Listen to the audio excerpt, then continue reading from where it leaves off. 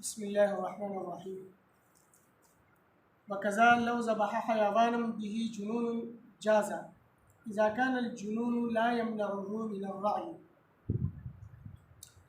د جانورو د عیبونو ذکر چې کوم عیب داسې دی چې هغه عیب په صورت کې قرباني ناجایز ده او کوم عیب داسې دی چې د هغه عیب په صورت کې قرباني جایز ده. نو په هغې کې یو عیب هغه لیونتوب دی. د جانور لیونی کېدل پاگل کېدل، یو جانور لیونی شي او پاگل شي دی، خو د دې د لیونتوب او دا پاگل پن چې دی دا د سر نه منې کوي، د خوراک نه منې کوي، د سریدو نه منې کوي نه.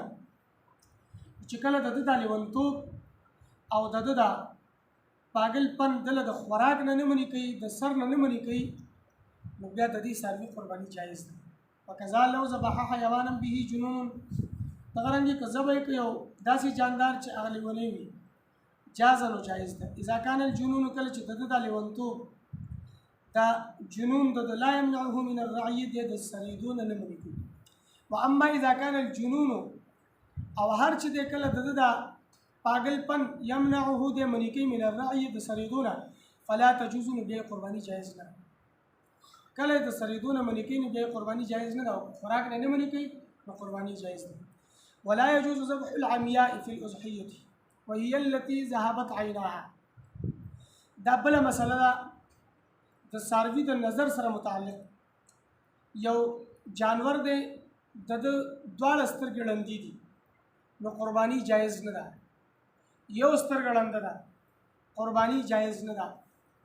نظر کم دی نو نظر کموالی ته به کتې کېږي چې د ده د یو سترګې نظر د درېیمې حصې نه کم دی، لکه 3 حصې شته د نظر او یو حصې نه زیات نظر نشته دی، 2 حصې شته خو یو حصې نه زیات نظر د ده نشته دی، نو د دې څاروي قرباني هم جایز نه ده او درست نه ده. که د درېیمې حصې نه کم نظر تل دی او د 2 حصو نه زیات نظر شته دی نو بیا قرباني جایز ده او درست ده. او نظر به څنګه معلومیږي؟ دا به څنګه پته لګي چې د دې جانور څومره نظر شته او څومره نظر یې تل دی؟ نو د هغې آسان طریقه ده چې یو سم نظر والا جانور او یو دغه جانور، دا دواړه جانوران د یو ځای سم نظر والا جانور ته دی واښه وښي چې کوم ځای نه هغه واښه بیا لیدی شي او واښو پسې روانېږي راځي، نو د هغې د اندازه ولګولی شي چې دا دومره ځای دی. داسې د دې کم نظر والا څاروي ته واښه وښودلی شي او بیا د ورو ورو مخې ته راځي، سړی نښه دې ولګي او د ده طرف ته دې راځي، نو چې کوم ځای نه دی هغه واښه وګوري ده ته ښکاره شته نو هغه ځای کې دې نښه ولګي او دا ځای دې وګوري چې دې ځای کې څومره حصه جوړېږي، آیا د درېیم حصې نه زیاته جوړېږي یا درېیمه حصه جوړېږي یا د دې نه کمه جوړېږي، نو هغې سره د اندازه ولګي چې د دې څومره نظر دی او څومره نظر یې تل دی کم شوی دی.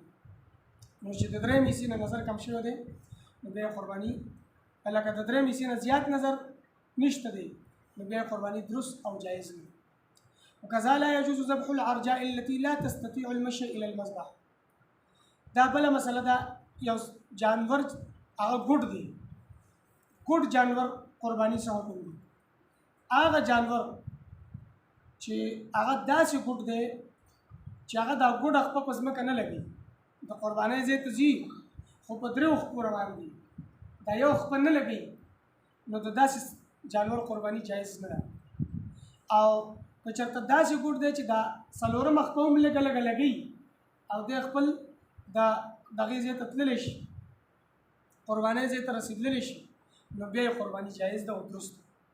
خو چې کله دا 3 خپه ورسره نه لګي، دا 4 خپه نه لګي او په 3 خپو باندې روان دی نو بیا یې قرباني جایز نه ده. او د 4 نه لږ لږ مدد اخلي او دا 4 لږه لږه لګي نو بیا یې قرباني درست ده او بیا یې قرباني جایز ده.